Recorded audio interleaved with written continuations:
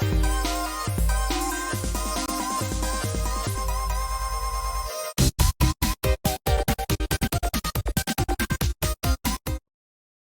everybody, and welcome to our early comics review video. I'm Andy. I'm Matt. We're here with Infinity Flux Comics out of Chattanooga, Tennessee, and this is our big show where we show you some of the biggest and best books that are releasing this week. They come out on Wednesday. You don't want to miss out on some of this awesome stuff, so you can go ahead and go on over to infinityflux.net. Right now, the books are available there for you to purchase right now. That's the super cool thing. That way, when they are released on Wednesday, you don't have to worry about it.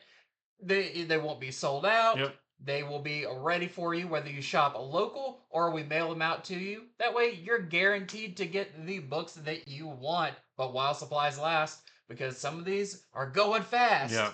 Oh no, that's also that's a little segue to the first book we're going to be talking about. But yeah, let's get into it because it's a big one to start with. We are going to be talking about Absolute Flash #1. This is the first book in the next wave of Absolute books. We're getting Flash this week. We're getting Absolute Martian Manhunter next week, and we're getting Absolute Green Lantern the week after that. Andy and I have read all three of them already, and they are all really, really cool. So this one is written by Jeff Lemire. The art is by Nick Robles. And this book is centered around a teenage Wally West.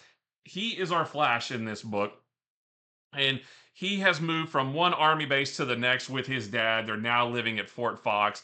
He's out past curfew one night, tries to sneak back onto the base, and the guards bust him. But there is a scientist who is working there with Wally's dad on a top secret project. And that scientist gets him out of hot water, basically, and kind of shows him around a little bit. He's like, hey, I can show you a little bit of what we're doing. Well, Wally's interested in it until his dad finds out that he's down there looking at their top secret project, gets very angry, tries to talk to him about it a little bit later, and Wally's not having it because, it's tough for Wally. He has no friends or anything like that. He's a kid on an army base, and there's nothing to do, basically, and he, tends to get in a little bit of trouble. So he goes storming off.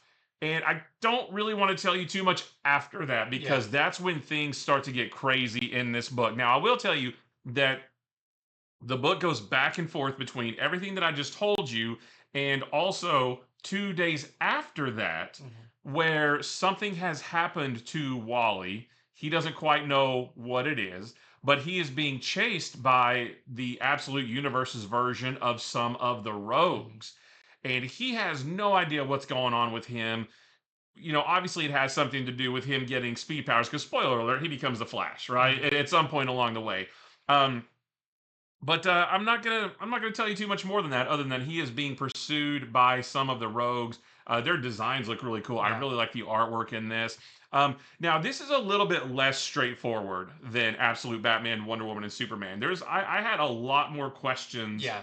And not the type of questions that I had after Absolute Superman, where I was theory crafting. More like, what the heck's going on? You know? But I do feel like it will make sense after we get another issue or two in, because it's quite a bit different than the Flash we're used to. Even with the depiction of speed, it's not your typical like Flash lightning. There's some like geometric shapes and stuff that sort of depict the speed that he's going at. And of course, Wally doesn't even know what's going on with him yet either, so we haven't seen him really do anything like super heroic or anything like that. But it's still a worthy addition to the Absolute line of books. Again, the artwork is great, and there are a few familiar things, but it's also a very different take on the character. And yeah, it's just cool that Wally is kind of starting out as our Flash in this. Yeah, that's one of the big things about this is classic Flash is very much built on the Flash family. Right. You've got so many members, Jay Garrick, and then Barry Allen, then Wally West, and Max Mercury. You have all of these speed-related characters. But this really sees Wally isolated. Yeah. He doesn't have that, oh, well, I got my powers because my friend or my mentor or whatever had powers, then his mentor had powers for that or whatever. This is a very, like, they really play off of, like, he doesn't have friends, his dad doesn't really understand him, and what does he do? Where does he go? Who does he turn to? Yeah. All of that when stuff really starts getting weird. Yeah, like he is alone. He Yeah. has nobody in this, and especially like you said, when things get weird, he has nobody to talk to about it whatsoever. No way to figure it out at all. That's why I'm really interested where it's going to go, because I do think at some point, there's gonna have to be other characters involved in Uh-huh. this. Um, and yeah, I do have some theory crafting with this about, maybe what the place where his dad works, what do they do? Yeah. And what are some of the weird things we see there? Yeah. And this does have an epilogue That's right. that I don't want to give away too much about, but is very cool and hints at some maybe future stories, or Hmm. maybe even some characters that will be showing up in this. That I like that because it shows us like there is a direction that Yep. this is going. Hmm. But this is very much like base ground floor Super first ground level. issue. Yeah, yeah. Starting at the very beginning of Flash, there's nothing before this in this universe for Flash. Yeah, yeah. Uh, So I really like this issue, but this is definitely one that is not as recognizable at right. first as the Batman, Superman, or Wonder Woman books were. Yeah, definitely. This is going to take a little bit longer to look like Yeah, Flash. and we're not saying that's a bad thing. No. That's not a bad thing at all. It's just this probably will take, like you said, a little bit more time to start to form Hmm. than the other Absolute books. But still, again, a worthy addition, and I can't wait to see what's next. Just wait till you get to Absolute Martian Manhunter, and then we'll Oh start my talking gosh, about that's next week. when are we going to get to something that Yeah, that's we that's understand. that's trippy, but in a good way Yeah. also. So it's not a bad thing. It doesn't, I say that a lot. Where I didn't really understand. That's not always a bad thing though. No. Because it's You not. don't understand a lot. I don't understand hardly anything. But sometimes stories take a while to build and to formulate, and that's what's going on here. I'm actually just saying it doesn't give you everything right at the Right, beginning. It right. doesn't explain itself. It doesn't. You're along for the ride. It does make me want the next issues. Like Yeah. I want to find out what's going on. I'm definitely going to get that next issue, and probably the one after that, and after that, and after that, and so on. So we have our A cover right here. A really nice cover there. We have some cool variants. So this is the Clayton Crane variant. I will tell you that Wally does not get this costume in this issue. That is going to be his costume, but he doesn't get it yet. We have this Dan Panosian variant. I also do like that Wally in this is young. That cover Yes. really reminded me that he's young, and Batman, Superman, and Wonder Woman in this universe are still a little bit older. And Yeah, everything. I think they're in their 20s, but he's a teenager. This in feels more yeah. like original Wally West Yes, age when yes. he was Kid Flash. Mhm. Yep. So this is our Raphael Albuquerque variant. I really like this one. Mhm. This is the Declan Shalvey variant. Big old lightning bolt there. This is the one I think I pre-ordered. The foil virgin version of the A cover. Right there. I really like that one. It was me. I did it. Yeah. We were guessing who would knock over Yeah. something first. I told you it was me. We have the foil logo variant. Which I think that's what his logo is going to look Yes, like, yeah. rather than a straight up lightning bolt. That's right. We have a blank sketch variant. And then some cool incentives. This is the 1 in 25 Jeff Lemire variant. Looks very classic, nice homage to the original Flash. We have the 1 in 50 Virgin Clayton Crane variant. Oh, we're selling. My bad. We're selling the 1 in 25 for $14.99, and the 1 in 50 we're selling for $24.99. And then we have the 1 in 100 Nick Robles Virgin Black and White that we are selling for $49.99. And we do have a note on the bottom that there is slight damage to the back cover, but I don't think it's anything major. So that looks really nice too. It looks a lot different. It does. When you apply color, it looks a lot different. I do like it because I feel like you can make out some of it a little bit clearer. Yeah. And yeah, you can see on there the more geometric shapes that are used to represent speed. They're still lightning, Yes. but I feel like we're gonna learn the speed is maybe a little bit different. Yeah, in I think this. so. I think so. But yeah, great book. Definitely check it out if you're a fan of the Absolute books. Yeah, this next wave of Absolute books is awesome, and I can't wait for everyone to experience the next 3. Yeah. Well, next up for me is issue number 2 of One World Under Doom. So we were both, I don't want to say we were like pleasantly surprised. We're both fans of Doom. Yeah, love Doom. And this is a great creative team and everything. But I was I was definitely a fan of issue number one Hmm. because it kind of I had my expectations, but as Doom made himself emperor of the world, it didn't seem that bad. The stuff that he's implementing sounds really good. He's very much about unifying people and helping people because they're all now under his Latverian banner. And that continues in this one. So we also saw in the first one, the Avengers, the Fantastic Four, they're all pretty positive that Doom is up to no good. But is he really? And I feel like issue number two definitely continues a lot of the same story beats as issue number one. We see more of what Doom is doing for the world, and it continues to be great stuff for Hmm. people. It does kind of talk about that. Um, you know, it's still a majority that people think something's up with Doom, Right. but people are slowly starting to come around. They're like, well, even if he's doing something bad, for right now, I'm benefiting Yeah, from it's this, okay. so Yeah. it's okay.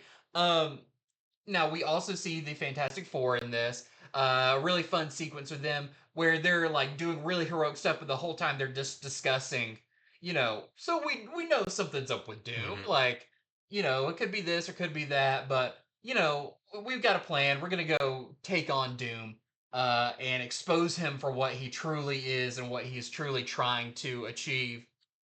And so that we do get to that part, but there is someone that is close to Doom that, is not a surprise. It is a character from the Fantastic Four that maybe melts Doom's cold heart a little bit, that he respects and trusts and loves, that does confront him about all this stuff. And I don't want to give too much away, but are what we thought, like, oh, Doom is doing this for a certain reason, is not wrong, but also maybe is not bad. It's not that bad of a reason, really. I Yeah, mean, I mean, it's like most things with Doom, it's kind of self-centered, hmm. conceited, all of that. But if the effects are not bad, then is it really all that bad? But we do get where the Fantastic Four are going to attempt to break in to the UN, where Doom is doing a kind of a press junket speech type thing. But maybe they end up looking pretty bad. And when the Avengers come around in this, they may be taking some drastic measures to prove that Doom is up to something. But I love the question: is he really bad? Is he? Does he really have a more dastardly plan than you know, just I'm in charge, but everything else is cool? Yeah, I like this because it's the Fantastic Four and the Avengers are essentially the bad guys, Yeah, but it's not it's not like Injustice where they literally are bad yeah, guys. No, I mean they're not. They're still like the heroes, but they're at least within the first couple issues, they're the heroes, but they're wrong. yeah. They're not right here. I mean, And definitely the public is looking at them yeah. like, why are you doing Yeah, this? they're the bad guys in this, which I think is wildly interesting. And then we have some theories for where this is going to go, which I think is that could be a really interesting story if it Yeah, pans out that way. Like I just think it's interesting. It's like, oh, Doom's a bad guy, and he took over the world, but actually it's better, you know? yeah, yeah. So I do think this is wildly interesting Uh-huh. because even if it does end up, oh, he is actually got a really bad plan and he's gonna hurt people or whatever, at least for right now, it does have a lot of merit of, like, discussion Yeah, and stuff that is really, really interesting with a character like Doom or a character like Magneto or whatever, yeah. who aren't innately evil. They just have their own Yeah, ideas. and it kind of reminds me like the early days of the original Civil War. It's like, oh, we need the superheroes to register. It's like, get it. I Yeah, kind of understand why they would want that to happen. Of course, as that story went on, it started to go off on a different path. But at the beginning, it's like, maybe that's not such a bad idea. And this is the same way. Like, maybe he's not doing such a bad thing. yeah. There's some action, there's some fun stuff in here, but I do like that it's not just right out the gate, Yeah. bad guy, good guy. There's some questions to ask during this and stuff that's really fun. Also, a big thing, if you see this cover and you see some future covers coming up, what does Doom do to Ben Grimm? Is it a bad thing that he does? Is it a good thing that he I does? remember talking about this. I think when we were on Comics from the Future, we were talking about Fantastic Four number 30 or something, and Mhm. there was a cover, and we were like, I don't know if that's really going to happen or not. Maybe it happens in one of the issues of One World Under Doom. We'll have to see. And now we have that answer. Yeah. So I think this is really cool. I think it also calls into question a lot of the Fantastic Four and like what their role truly is. Just really, really good. I really enjoyed the second issue. I don't want to say a lot of the story moves forward, but it more kind of doubles down on the Yeah. stuff from the first. But there is some drastic moves that the Avengers are going to take that maybe again will put them in a pretty bad Yeah. looking Yeah. scenario. Right. Right. Uh, I can't wait for people to read this and talk about it because I think this is definitely a what I like a Marvel event book to be Mhm. is a cool story, cool action, but mostly kind of a water cooler Yeah. book Yeah. that you can talk about. So that is One World Under Doom #2. We've got some, of course, great variants for this. So we have this Will Sliney Doom variant. I like that a lot. Classic looking Doom. Yep. Love it. We've got this RB Silva cover. We've got, I love this one because I love this game. This is the NetEase Marvel Rivals variant with Doom and Who's he fighting on that? I think it's a Doom bot. Okay. I'm not sure. I know in the, or is that Doom Well, 2099? well, I was gonna say it looks like Doom 2099 because of the blue I cloak. think that's Doom versus Doom Okay. 2099. If you play Marvel Snap, 2099's cards looks a lot like that. I want that story. Yeah. They probably are is already there, and I can't remember. We also have this Lionel Francis Yu Doom T-Rex cover, which Doomasaur. unfortunately is not in this Yeah. issue. We have a really nice Carlos Gomez variant where Doom's brushing up on some classic Doom Yep. I have that stories. same book. Huh, that you're basically like Doctor I know, Doom. right? We have this Alessandro Capuccio cover, which is really nice. And lastly, we have this 1 in 25 uh Jerome Pena cover that we're selling for at $12.99. All right. Well, I have got Absolute Batman number 6. And, Absolute Flash is kicking off a whole new wave of Absolute books. This is wrapping up the first story arc for Absolute Batman. So, like, it's the conclusion to the Zoo storyline. It is, again, I feel like we just need to put this out there every time. Not the end of the series. This is an ongoing series. Yeah. This is only the conclusion to the first story arc. And in this one, Batman takes it to Black Mask, right? Batman took a beating from Black Mask and his goons last issue. And at the beginning of this issue, let's just say he reaches out to get some help to get back on his feet and then end this whole thing once for all. While he's doing that, at the very end of last issue, Black Mask dropped these crates all over Gotham. And inside those crates are masks and weapons. And the citizens like open these up and put the masks on, and the masks, like it's almost like a heads up display. They get these objectives, and they see how much money they'll be paid to complete these various objectives. And they're illegal objectives, Yeah. we'll go ahead and say that. And so, I was going to say Commissioner Mayor Gordon Mayor is Gordon. kind of having to deal with that. Batman does get patched back up, though, and he goes after Black Mask. And I'm not going to tell you anything more than that, other than it's awesome. Yeah. It's extremely action packed, and it's extremely brutal. Mm. There is one moment that made me laugh. There is one moment that made me audibly exclaim as I turned the page and saw it. There is a really tense moment in this that had me actually talking to the book, saying, like, don't do it, don't do it. Like, I mean, this, like, evoked a visceral reaction from me. It's that good. The artwork and the action are amazing. And it does put a nice little bow on this first story arc while also setting up a little bit more for future stories to come. It's just like it's phenomenal. Like it's a very awesome ending to this awesome first story arc. And yeah, I mean, I just can't wait for everybody to see this and just see how big it gets and how Yeah. like just brutal. Like I said, it's very very brutal. Not I mean not like a It's not graphic. it's not like graphic, gory, not like a Black Label thing, but it is just it's brutal. Like Batman really takes it to Black Mask, and it's phenomenal. And I just can't wait for the next one and the next one after that. Yeah, I really like this issue. Like you said, there's some humor in it and everything. You have not seen the last of all the tricks and gadgets and things a Batman's suit might hold. Mm-hmm. Um, and there is, I like there's a moment at the end that lines up a little bit more of Absolute Batman world to a a certain kind of relationship that we know he has in the regular Yeah. universe. I thought was really nice. But the last page definitely had us, even when we reassessed it, I noticed something Yeah. else in It's it. kind of like an epilogue too. It is, Yeah. yeah, Like, so make sure you go all the way to the back of the book. Yep. that is setting up, I believe, the next big story Yeah. arc. Yeah, because we know issues 7 and 8 are going to be a two-part story arc with this universe's version of Mr. Freeze. Yeah. That's not a spoiler. That's been out there for a while. That's going to be two parts. And then I guess number 9, Mm-hmm.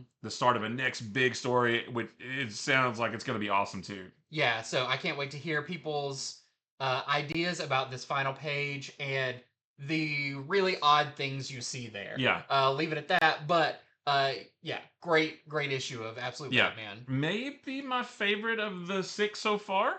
It's one of those that wouldn't mean as much if you didn't build up to it. Right. But it's a nice, like, ta-da, Yeah. like, Yeah, this is it pays off everything. Yeah, it's definitely a grand finale for sure. All right, so we have our A cover right there, and we got some cool variants for this too. This is the Bisley. Simon Bisley variant. I want to see Absolute Lobo by Bisley. Yeah, I almost kind of thought maybe he was on there with all the skulls and everything. We have this which one is this Quietly. one? Yeah, Frank Quietly variant. Very nice. Trying to get that in focus there, standing on the building. We have the 1 in 25 John McCrae variant that we're selling for $12.99. I love that one, a little bit more cartoony. Mm-hmm. And we have the 1 in 50 Alex Maleev variant that we're selling for $44.99. Hey, now he's standing upright. Oh, now he's not. Like a bat. Yeah, I that's get it. weird. Next up, I've got another exciting one. We love the first issue of this, and this is issue number 2 of Zatanna. This is the Jamal Campbell written and drawn and everything by Jamal Campbell, and it continues to be amazing. I could say I might like this issue even better than number 1, I and do. I love number 1. Yeah. And I've already read number 3, Oh, which is yeah. also awesome. But I don't want to give away too much about like the technical parts of what happened at the end of number Mhm. 1. But we do know that as Zatanna was going on this little adventure, hopping through different paintings and posters of classic movies and all this fun, weird stuff, she got a severe injury. Yeah, I said that in my notes because I didn't want to spoil it either. It said she's debilitated and her magic's on the fritz. Yeah, but yeah, it's didn't want to tell you why. But it's definitely also a injury of magical proportions as Mhm. well. Like you said, it has messed with her ability to use magic. It's not as easy anymore. Or maybe it's a little untrustworthy. But as she is kind of staggering after this final page of the previous issue, she does summon up enough magic to find her way to the Oblivion Bar, which is a location I love. It's been in multiple things like death metal all the way back in the Shadow Pact comic. Doesn't it? Aren't they there a lot in like Justice League Dark? Yes, it's the bar that only magical people can go into, um, and there, which is also kind of down on its luck. It looks like there's not too many patrons there, Right. which they talk about a little bit. But there, Blue Devil, Madame Xanadu, and Detective Chimp all witness kind of Zatanna fall into the Oblivion Bar, where they quickly try to help her. And they get things pretty much stabilized when they learn about the events of the previous issue. And Zatanna, because of who may have injured her in the previous issue, wants to go confront that person to find out really what's going on. But of course, they're like, you can't do this alone. You're already hurt. So Blue Devil decides to tag along in a really awesome sequence where I don't want to give too much away, but there is quite a bit of action in this, and there's a 2-page spread of Blue Devil and Zatanna tearing through stuff, Yeah. and it is phenomenal. Yeah, I think like going Absolute Batman #6, I think that's probably my pick of the week. Hmm. But visually, from a visual like art perspective, I think this is my pick of the week Yeah, for art. Like this is the most gorgeous book out this week in my opinion. yeah, it is super cool. I love getting more of Blue Devil, which is another one of those characters I'm glad they're bringing in because I think more people should know about him and all these Magic characters I really Yeah. like.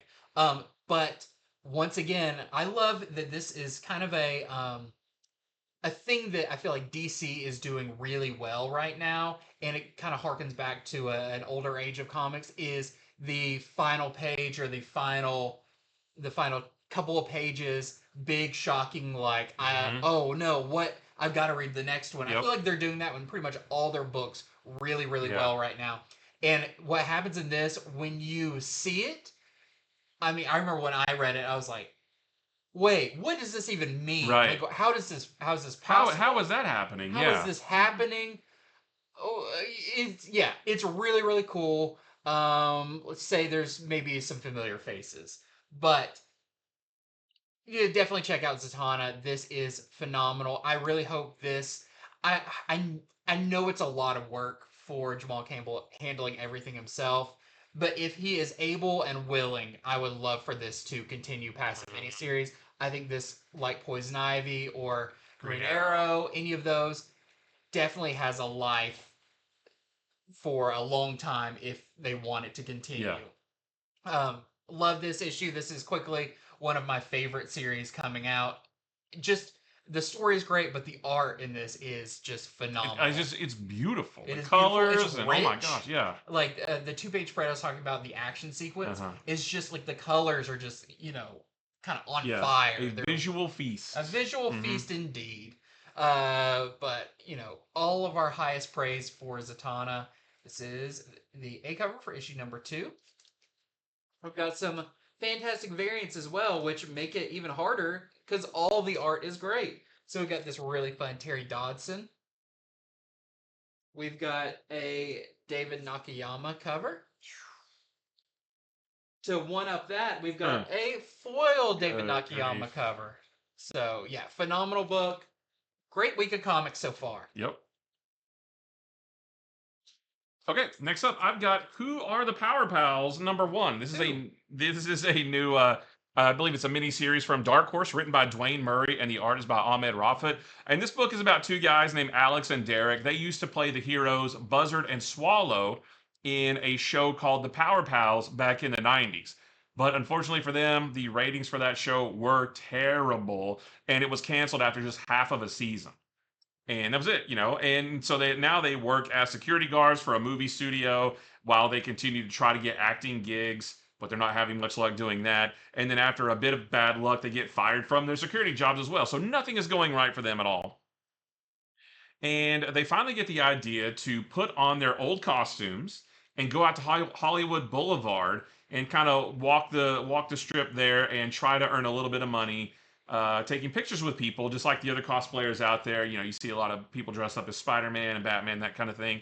So they're trying to do the same thing, but again, nobody remembers them. Nobody knows the show that they were on because it was so short-lived 30 years ago, right?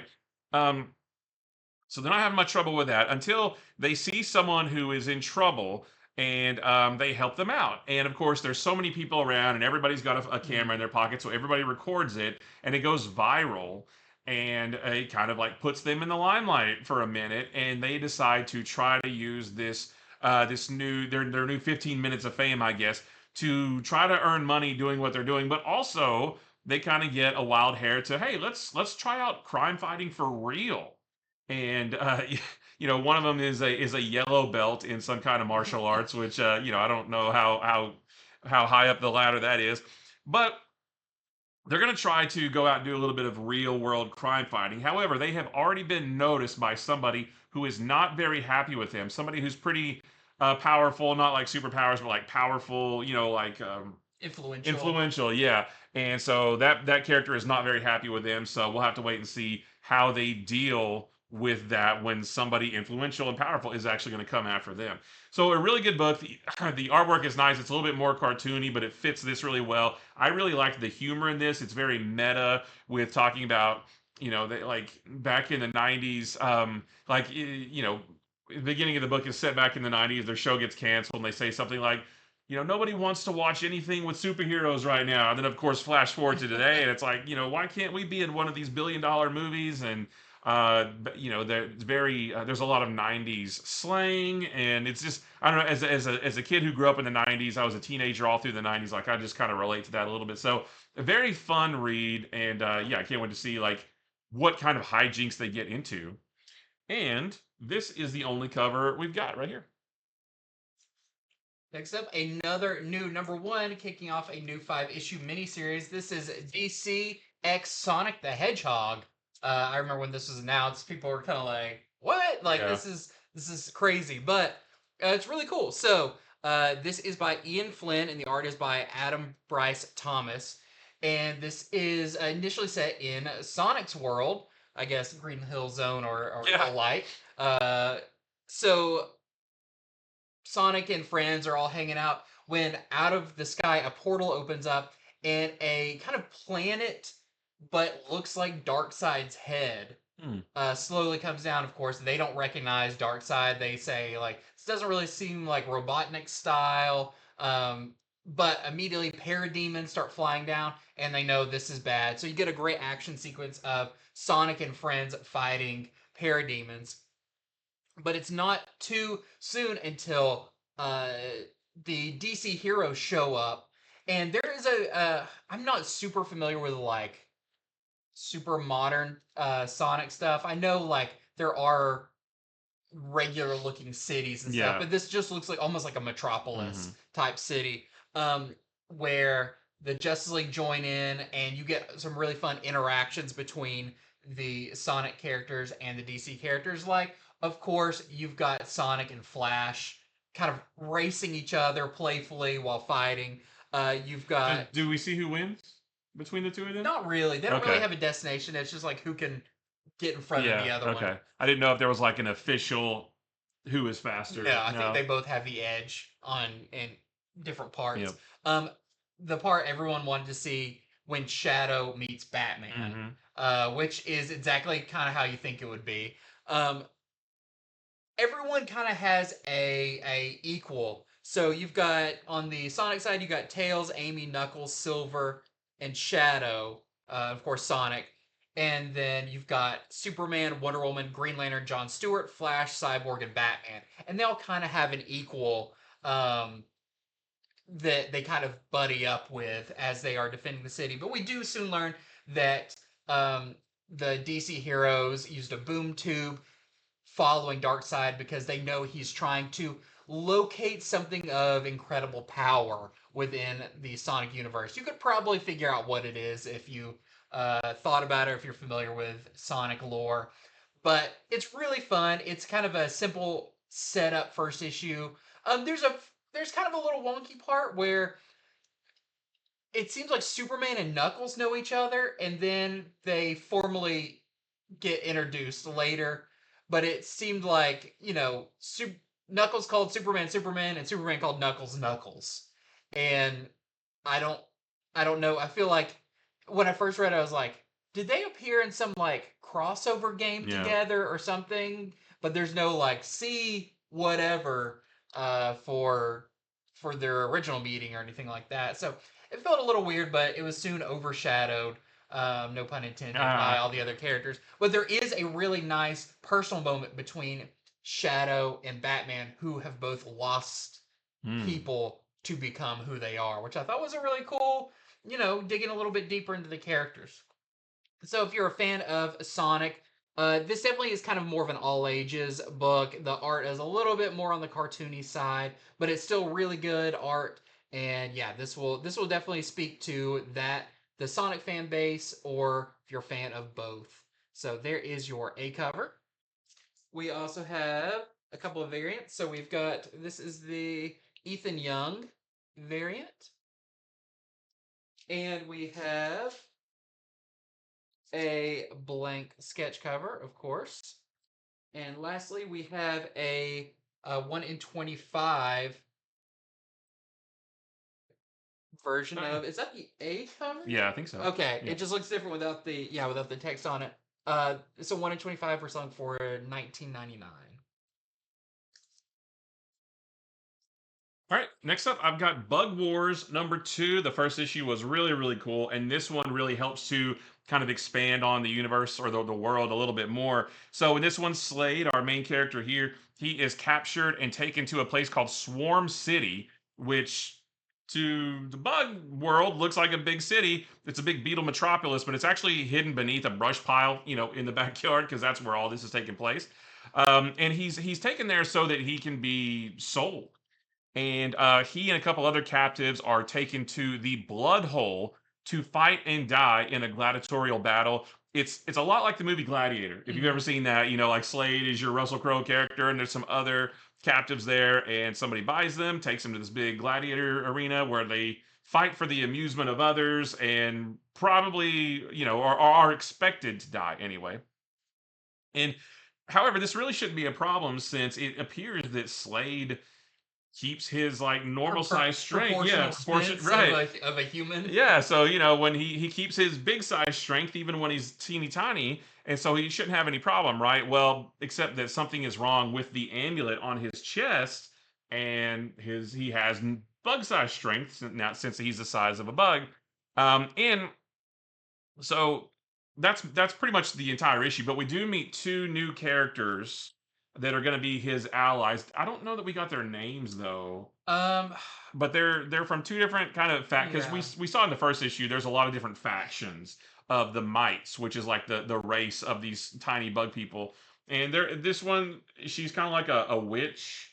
They're like the weavers or whatever. They're Yeah. spider people. Right. And then this one, she's just kind of like a warrior. She's an ant. An She's ant. one of the ant people. Okay, cool. Yeah. And yeah, I don't know that we know their names, but I do believe that they are going to be like his party members, his his accomplice, his friends basically. I'm losing the word, but you guys know what I mean. So yeah, this really just kind of helps flesh out the world. Slade does make kind of a revelation about what the bug's goal is at the end of the issue, and it's pretty interesting. And how's he going to deal with that? So yeah, a really cool new issue of Bug Wars. I really like the first one.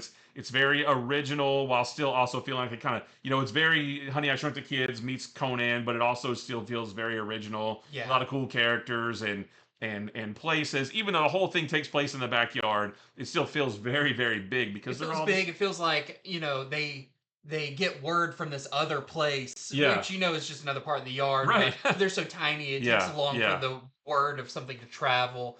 I love the companions. That's the word I was looking for. Jeez Louise.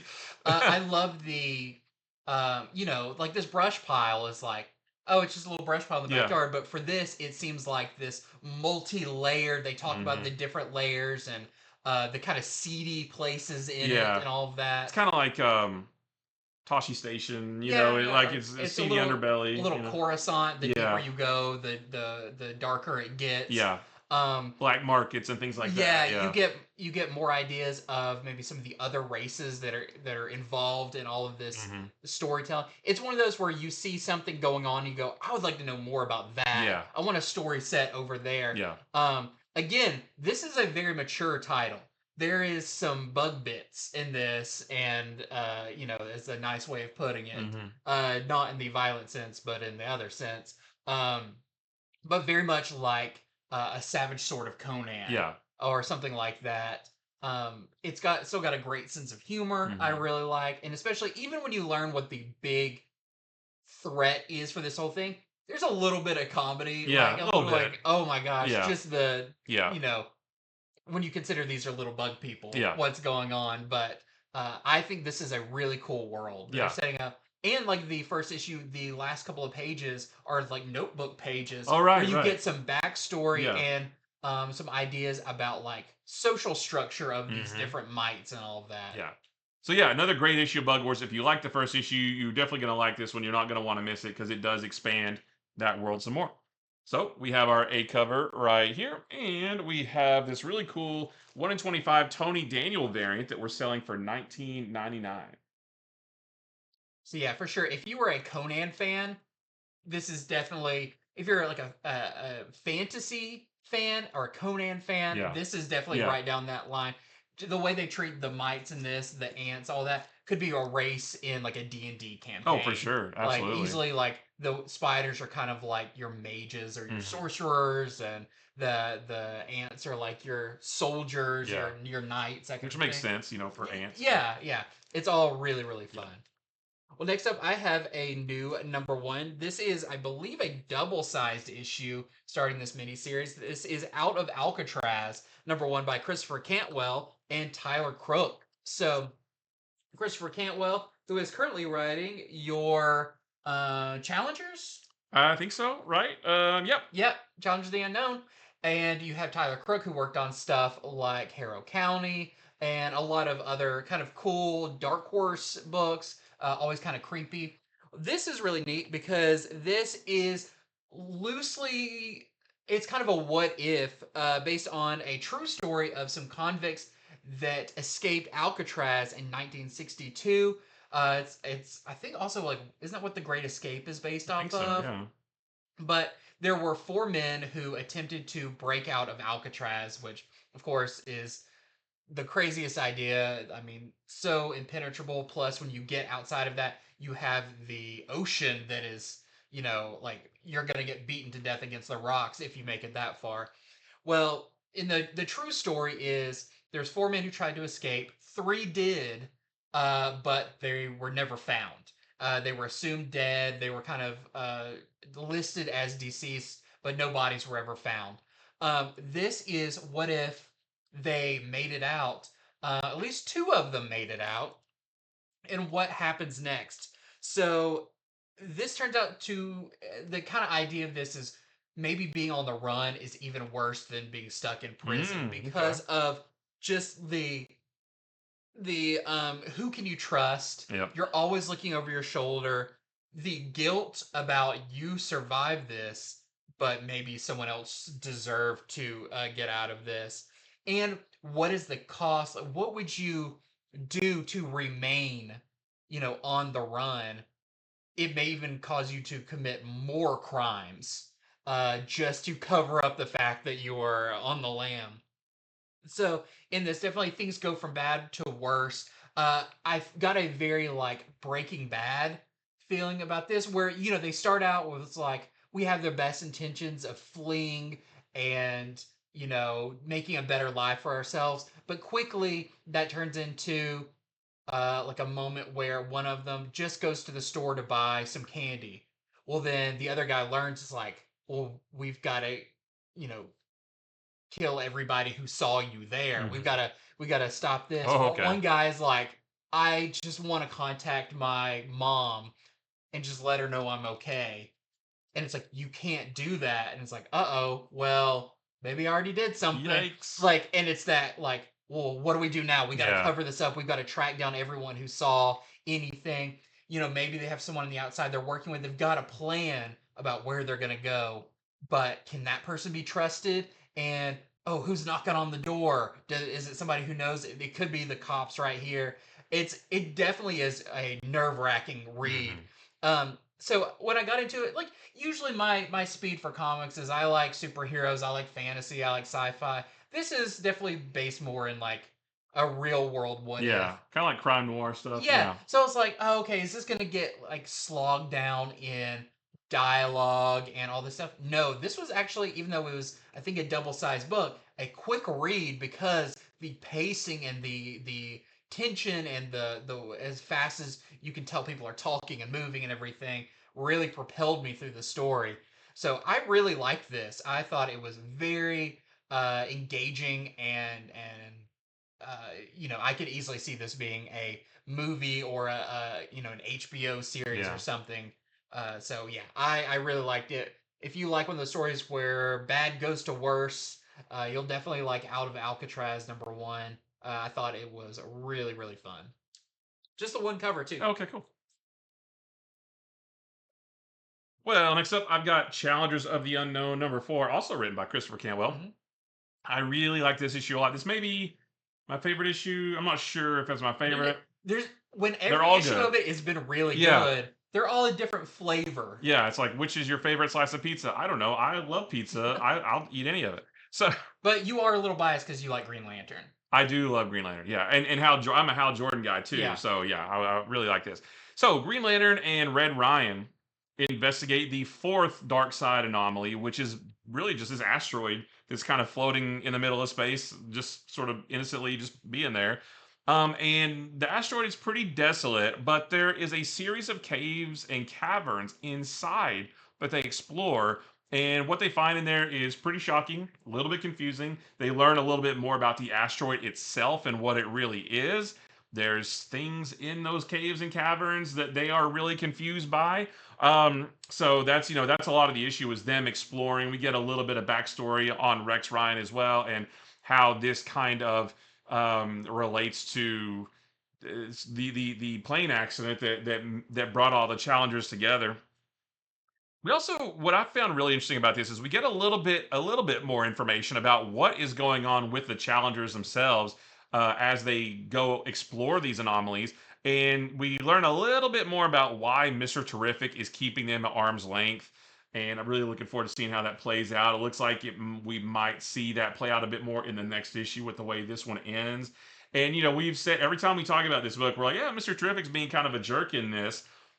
I kind of get it a little bit more now. He's still Yeah. being a jerk. He still should be more upfront with them, but we do get a little bit more from Mister Terrific about what he thinks is going on with them.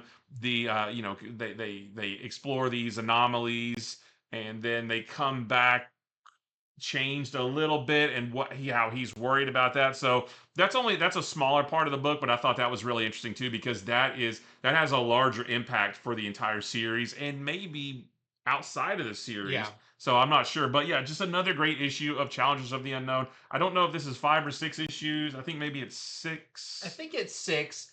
What I did also really like about this, and it's kind of in the name, when this started, it's like, wow, they're doing a Challengers of the Unknown book, but immediately you're like, oh, they're awesome, and it's cool to explore these, Yeah. C and D list characters.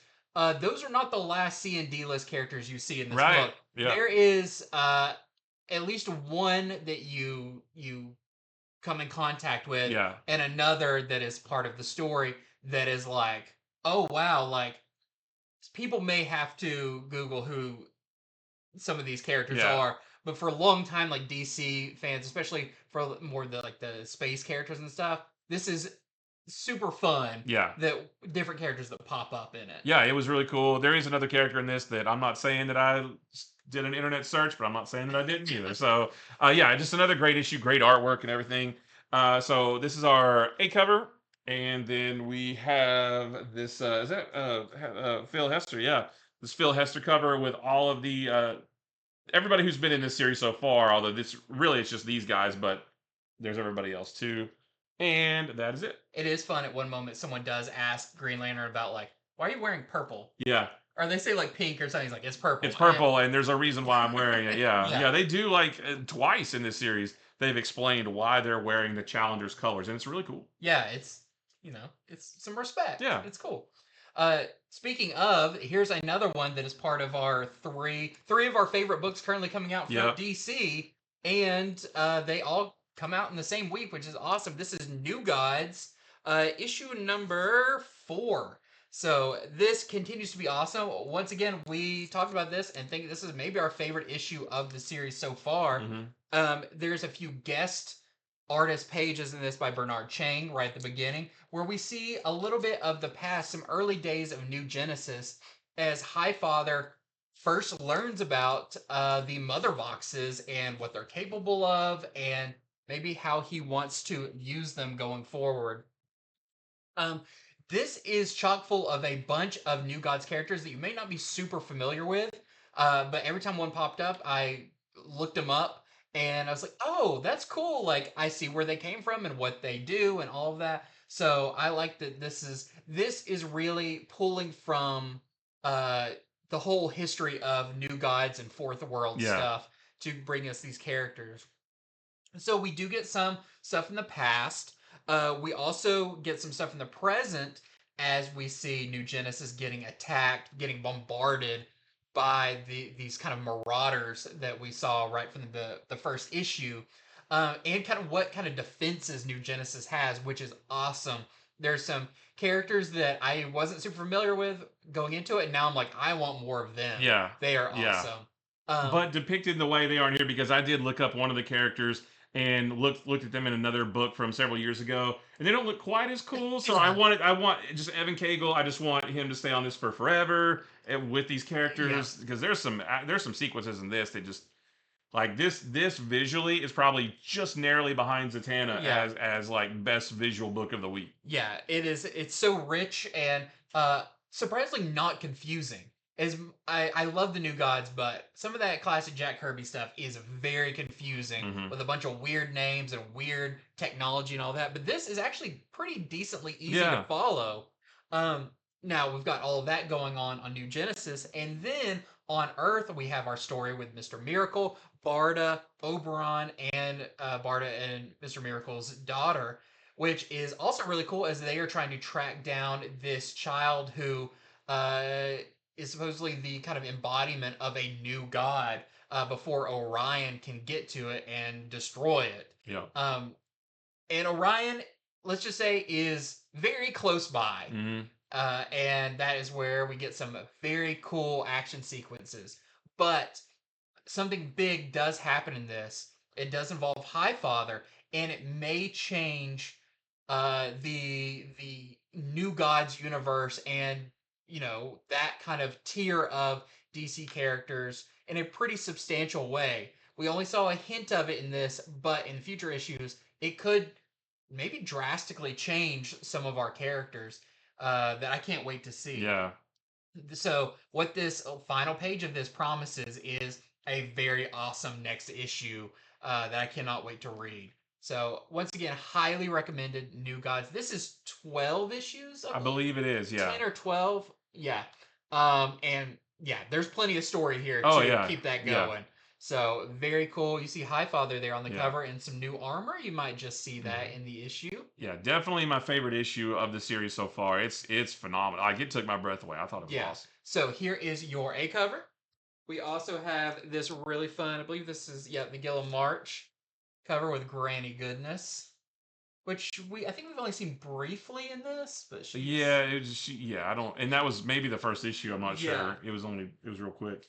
This is the Chris Stevens variant. This is one of your characters that is not new for this issue, but maybe has only appeared in like one or two other Yeah, she's books. been a small handful. I thought, because when I read this, I thought this was her first appearance, and I Yeah. was going to snatch this cover up. This is not her first Is it appearance. Shadowfall? Shadowfall, yeah, not her first appearance. She's been in some other things, but very few things. Very few So things, and she is part of the defense of New yeah, Genesis and is awesome. yeah, she's like my new favorite character. She's Yeah. so cool. When you guys see what she does in this, it's awesome. Yeah, so there's that one. And then we also have this this Jenny Frizen Barda. I believe this is the International Women's Day Mhm. variant with Barda. Barda has some good moments in this. Yep. Yep. Yeah, it's phenomenal. Okay, next up I've got Eddie Brock Carnage #2, and this one really there's two plot points going on in this one. The FBI is investigating the plane crash from the first issue, which took up about Eddie Brock on the plane was about half of the issue last issue, and it resulted in the plane crashing. So the FBI is investigating that now. They have no idea what caused it. We do, but they don't. And what's stranger to them is that they haven't found any bodies whatsoever. And we have an idea as to what happened to them, but we don't know for sure. So that's a big part of this issue is them investigating that crash. The other part is that Eddie Brock goes to, I don't remember where it is, what city it is, but he goes to a police station to confront a police detective there about something that's actually really sinister. And there's something surprising with the police detective that he confronts. So yeah, just more really cool stuff with Eddie Brock trying to do good while also bonded with this symbiote that wants to do bad. The symbiote just wants to kill people and nothing else. Eddie is trying to kind of aim that. It's like, all right, well, if you're going to insist on killing people, at least going to aim you at people who deserve it, that kind of thing. And which is kind of like the original Venom. When he first got the symbiote, he's like, I want to kill people, but only bad people. But this is like dialed up a level because it's Carnage who has that drive. So yeah, another really cool issue. If you like the first issue, don't miss this one. We have our A cover right here. There's a couple of variants. This is our this is our Rose Antonio Invisible Woman variant. We've had a few of these so far over the last couple of weeks. This is our Baldion variant.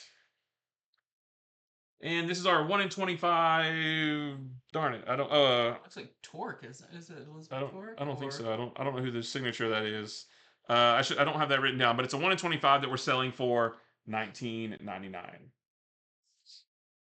very cool. Next up, I've got another new number one. This is Crush Depth. Number one, this is from David Andre and Tim Daniel with art by Alex Sanchez. And this is cool. This almost gives you a little bit of feeling of like Alien or more of like a sci-fi, but set under the ocean. Now, I do remember the solicitation talking that talks about like the surface world is irradiated or something like it's inhospitable, Yeah. and so people are down in these submarines. They don't touch on too much about the surface, just that they've been down in the submarine a long time. And also, when I read that, I was like, oh, it's like a little submarine. No, this thing looks like a spaceship. Like it is a Okay. huge submarine. I don't know if they say how many people are on it, but they have been down there for over 3,000 days. That's kind of how they keep track of it. And we follow Liana Pearson, who is on the cover. She's a science officer on the submarine called the Absolution. And it's been 2 years since they've made human contact with anyone other than just each other inside of this submarine. But apparently there is other submersibles and other things out there. But it's been a long time, and they're starting to worry like, is there anyone left? But one day they do get a distress beacon from something, and it sounds credible enough that they are going to go and investigate it. But when they get there, of course, there is something truly horrendous, something monstrous going on there. But is it worth continuing when there is a possibility of land and soil that is uncontaminated? Have to keep reading to find out. But I thought this was cool. I like the characters and I like anything that's like deep ocean, scary, Yeah. that kind of stuff is really neat. And yeah, it did also have, you see this cover here, there is a like before or like a thing in the very beginning where it shows where we're going to end up, and Okay. it looks kind of like this, so Interesting. it's going to get even crazier as they continue. But yeah, very cool first issue of Crush Depth, and it's the only cover I have. Well, next I've got Deadpool Wolverine number 3. And this one helped me kind of understand a little bit what was going on, especially in the previous issue. Mm. We know now that this substance, the beginning, so much real about Marvel, their beginning pages are always really good, like recapping what came before. And a lot of times I read those in an effort to try to figure out what was going on before. So thanks to that little Because blurb, they'll probably tell you what you should have got out of that first well, issue. exactly. So I know now, thanks to that, that the substance that Strife is using to control Deadpool is called Legacy 2.0. And that, I don't know, that sort of helped clear things up for me. So Strife uses Legacy 2.0. He's already controlling Deadpool. He uses this substance to literally raise the dead. He's inside of a mountain, and there's bodies buried underground around where his like little mountain base is. So he uses this Legacy 2.0 substance to raise the dead and essentially turn them into zombies that can infect anything that they bite with Legacy 2.0, thus allowing Strife to control them. So Strife can already control, I'm just going to call them zombies for, because they're the dead rise again, So Strife can already control these zombie-like beings, and if they bite somebody and infect them with Legacy 2.0, then Strife can control the next folks as well, and his control just gets bigger and bigger, right? So obviously Deadpool and Wolverine are still trying to figure out how he's even controlling everybody to begin with. And I will say too, there is a brutal fight between Deadpool and Wolverine that puts the Red Band books to shame. I text you one Yeah. page. There's at least 3 pages of just like they're just stabbing each other, blood flying everywhere, that kind of thing. So yeah, this really did help me kind of understand the story a little bit more, and we'll have to see how they deal with that. And this is our only cover right here. Next up, I've got G.I. Joe issue number 5. This is probably one of the best issues of the series Yep. so far, as the Joes have been taken captive by Cobra, and they are confronted by Destro. So you finally kind of get your first, like, they see what's going on with each other. Yeah. But little does Cobra know that the Joes have someone on the inside, maybe not because he wants to be in there, Yeah. but this could be a turning point for the Joes and help them escape. But you have to read to find out. But we do see a meeting of two icons in this that's Yes. going to mean a lot for the future of the series. And I did not realize until I saw that. I was like, oh, yeah, these They- two characters have never met before. Yeah. you just have, 40 years of history that says they have. Right, right. Yeah. I have to unlearn everything I've Yeah. learned about G.I. Joe. So, yeah, really fun issue. But I did also want to mention that Matt and I were on a retailer call with Robert Kirkman, Joshua Williamson, Daniel Warren Johnson, all about the Energon universe. And let's just say there's some very exciting things coming up in G.I. Joe that's going to have people talking. So definitely the Free Comic Book Day book is going to be very big. Yes, that's where that's kind of like you're gonna want that. That's the first thing that we're gonna get that really kind of gives a peek into what's to come. Yes. And just some really cool story bits coming up in G.I. Joe that, yeah, I don't want to say anything about it, but Yeah. awesome. And you'll definitely be seeing news articles and stuff Yeah, about it. yeah. The way what Robert Kirkman said was, you guys haven't seen anything yet. The Energon universe has been around for 2 years, and we're only just now building the foundation. So Yes. they showed us some things, and it is awesome. It is So awesome. I cannot wait. Yeah, yeah. We'll be here with you along the way, Mhm. and I can't wait for you to see everything. But there is your A cover. We also have this really nice Ryan Sook variant. Yeah. And every time it's really nice that Baroness has like some soot on her and stuff. Yeah. Like it feels really like real worldy. And that one is really cool. We also have a David Finch cover. This doesn't. I don't think this moment actually happens, but uh, you also Baroness is there, and she's getting her first taste of Cobra. Is she going to be intrigued by it? Mhm. I don't know. We also have a 1 in 25 Travis Moore variant. We're selling for $12.99 with, I guess, just a. Is that a? It's not a Viper. Valkyries, I think is what they Valkyries. call That's them. what it Yeah, was. Yeah. like the female branch of the troopers. Yeah. Yeah. And then we also have a 1 in 50 EJ Sue variant selling for $19.99. Another classic Joe vehicle. Very cool. Okay, next up I've got New Champions number 3, and this one, most of this is the champions and the new champions fighting each other thanks to Magentrix and Monty. They break Psycho Man out of the raft, which when's the last time we saw Psycho Man? Yeah. And they use his emotional manipulation control box to turn the two groups against each other. And like I said, most of the issue is them fighting each other, and it's really fun just to kind of see like young heroes fighting slightly younger heroes and kind of bickering about the name, and maybe it's all a big misunderstanding, and of course they're being manipulated anyway. So yeah, don't miss this if you like the first couple issues, especially if you like the original well, I don't say the original champions, but like the Mark Wade champions with Kamala Khan and Miles Morales and all those guys. Don't miss this one. So we got this A cover right here, and we have our Peach Momoko variant.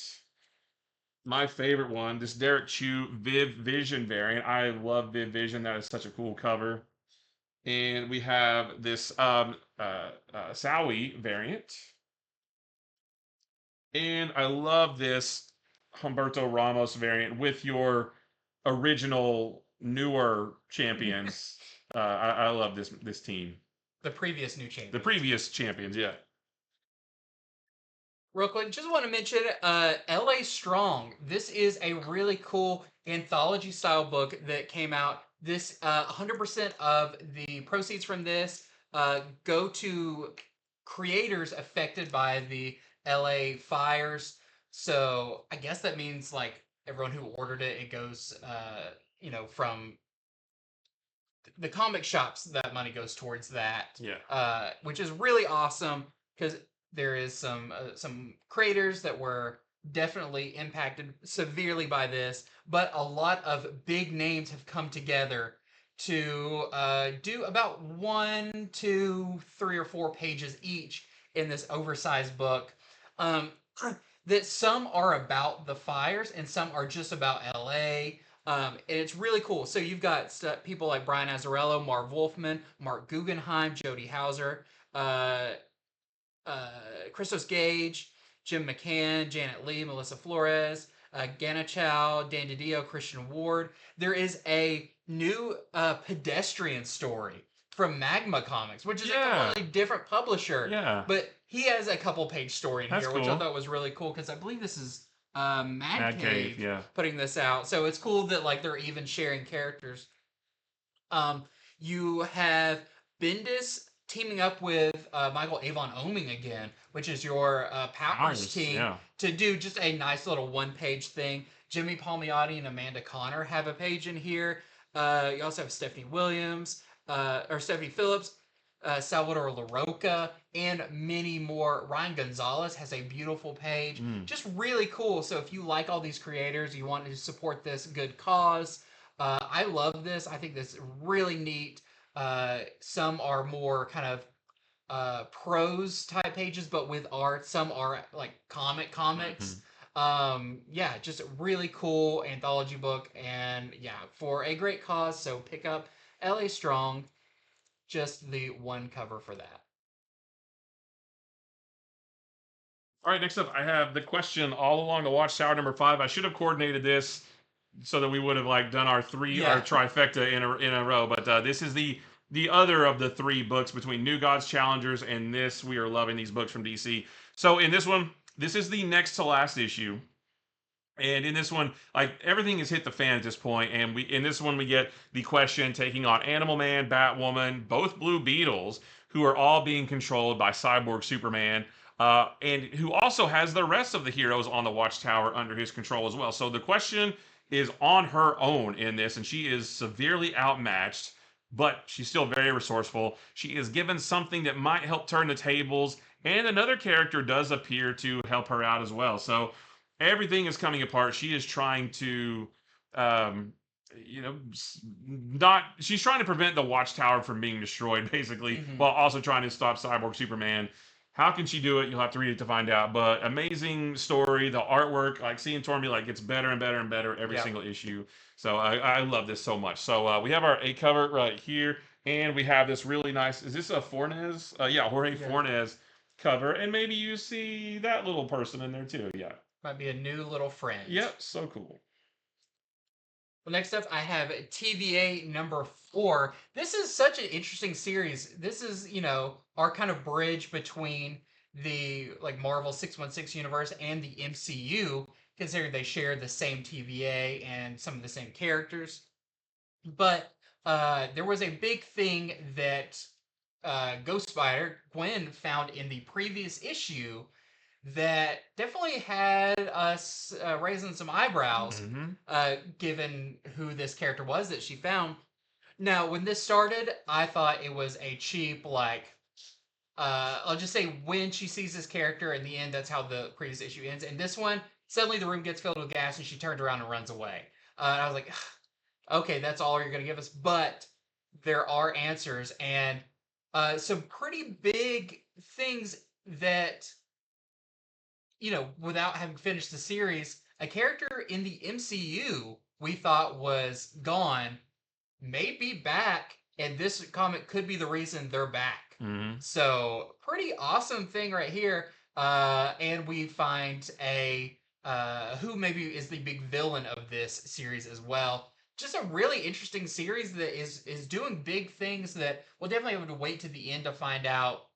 Do they try to put the genie back in the lamp? Yeah. Or is this actually going to be, someone goes and sees a movie and says, I thought that character was dead. And they say, oh, you got to go read this comic, which they should.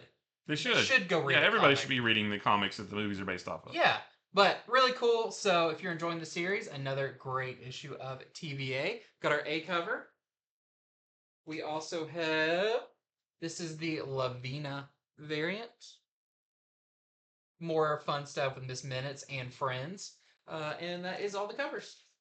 All right. Well, I'm sorry. Hold on. I'm making notes. All right. Next up, I've got X Force number 9. This is part 6 of 7 of the X Manhunt crossover, and I think the next part is the finale in that X Manhunt Omega issue. I Yeah. think. So in this one, Xavier reaches out to Sage, who is a member of X Force, to help him hide from the X Men, who were hot on his trail because he's a wanted fugitive, basically.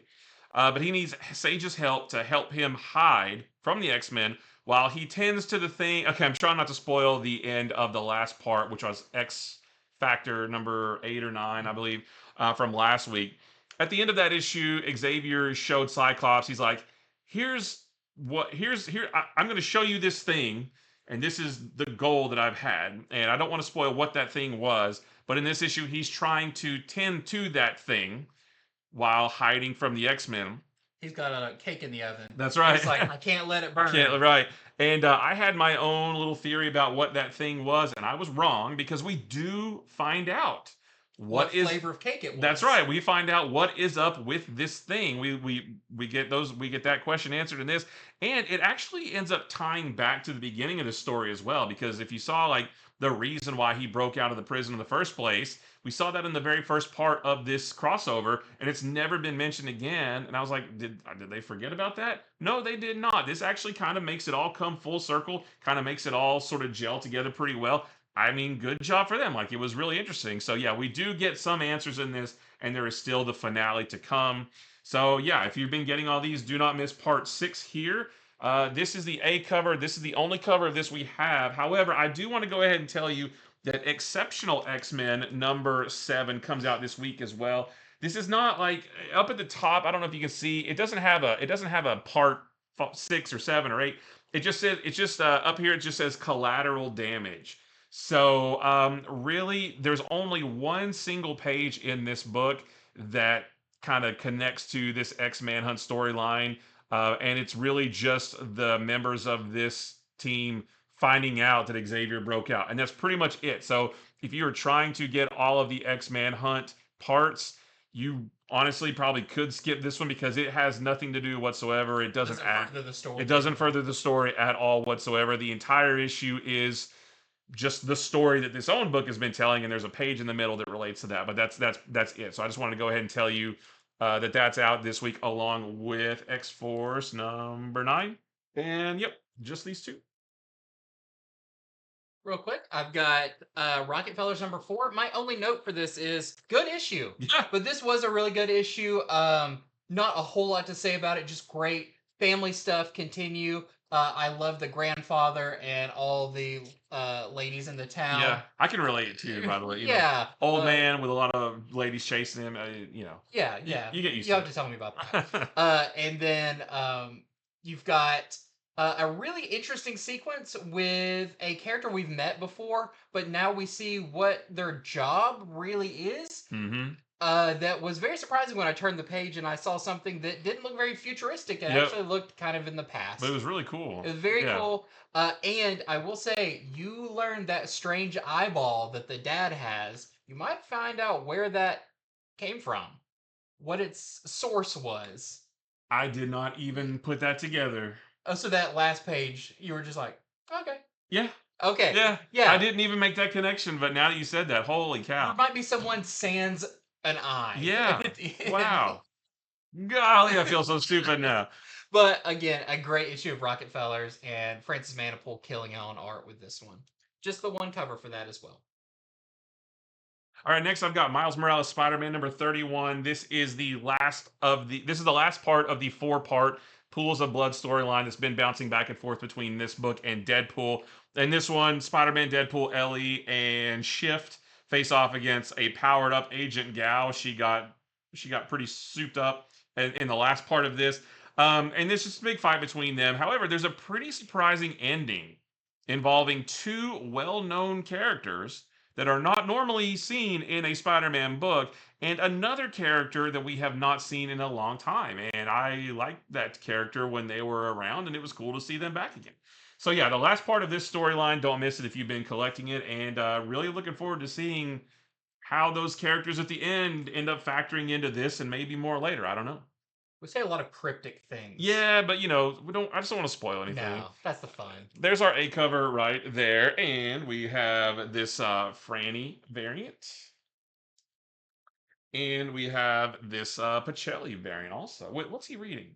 He's reading Web of Spider Verse, New Blood from. So he went to his local comic store pretty recently. That's right. He probably pre-ordered it. He probably pre-ordered very it at responsible. infinityflux.net. That's right. Yeah, absolutely.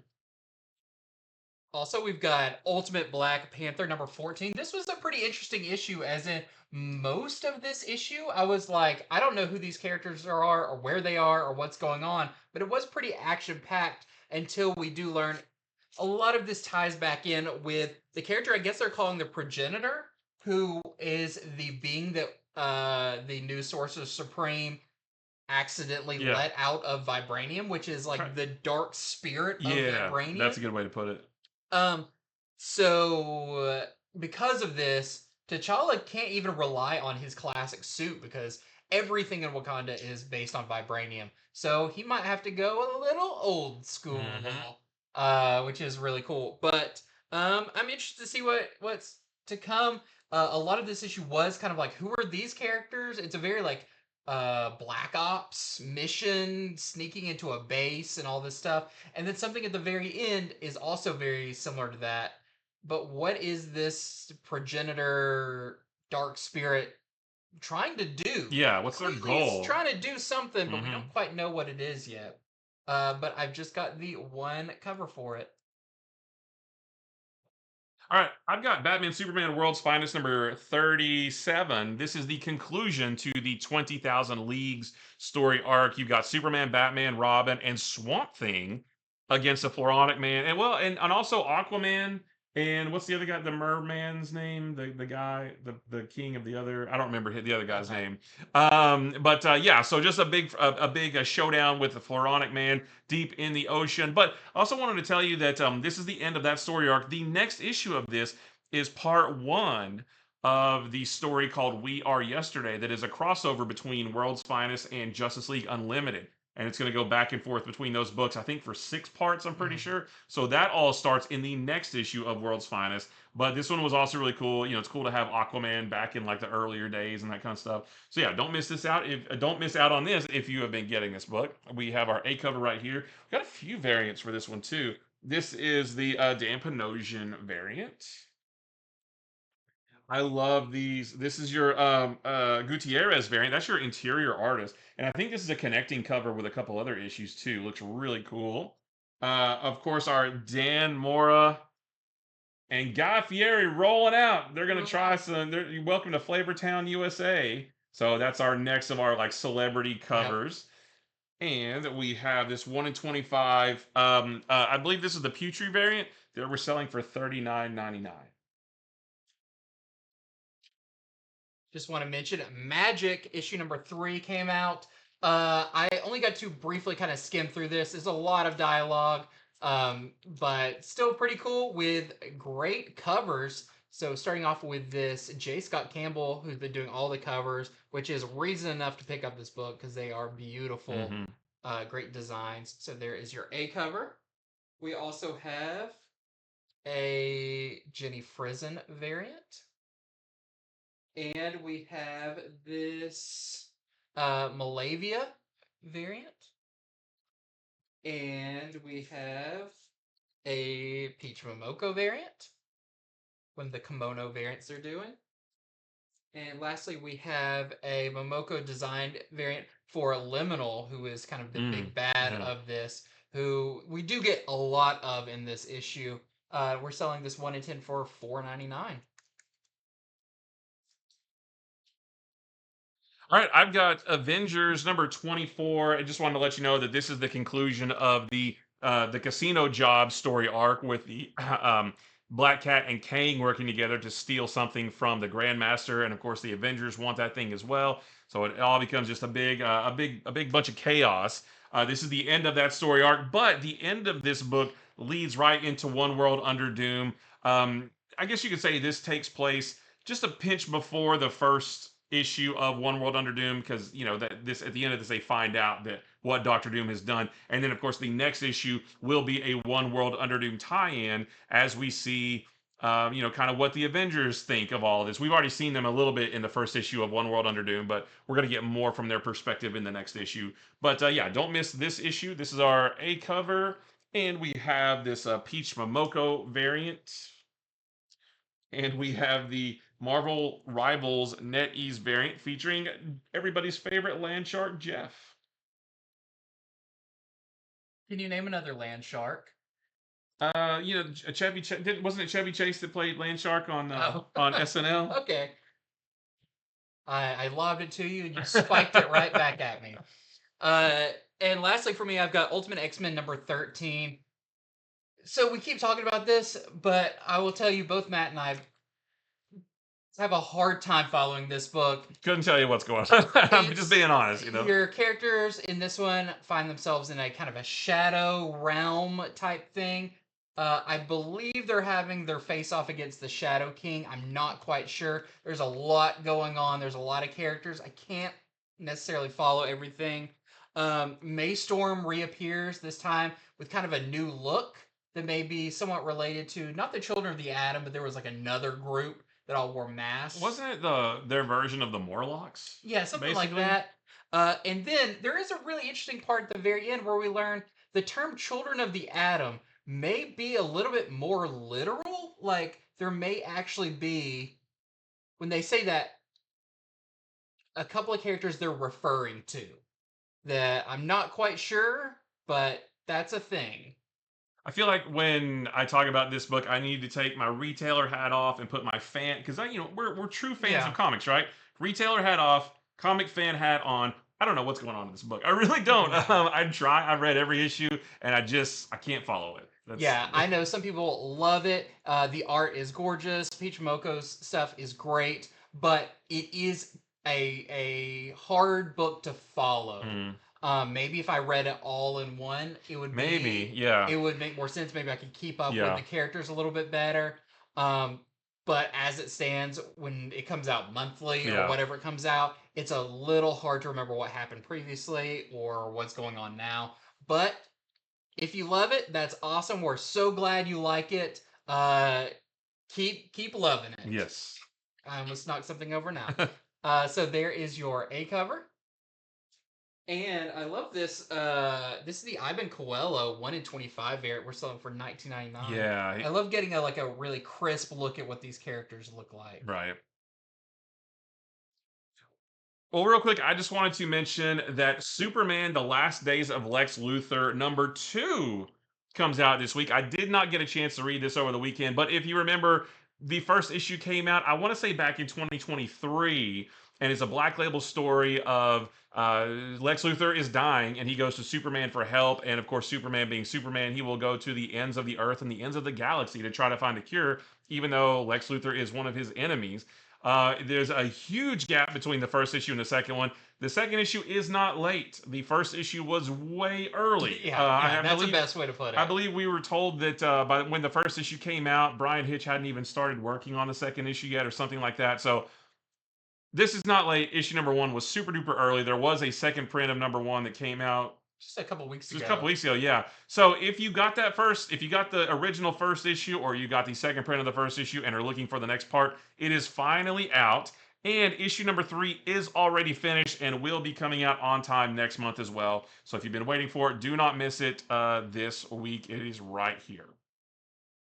Very cool. Well, that is it for us and our early comics review video. Like always, head on over to infinityflux.net because these books are available for right now while supplies last. But, we've got big books like One World Under Doom, Absolute Flash.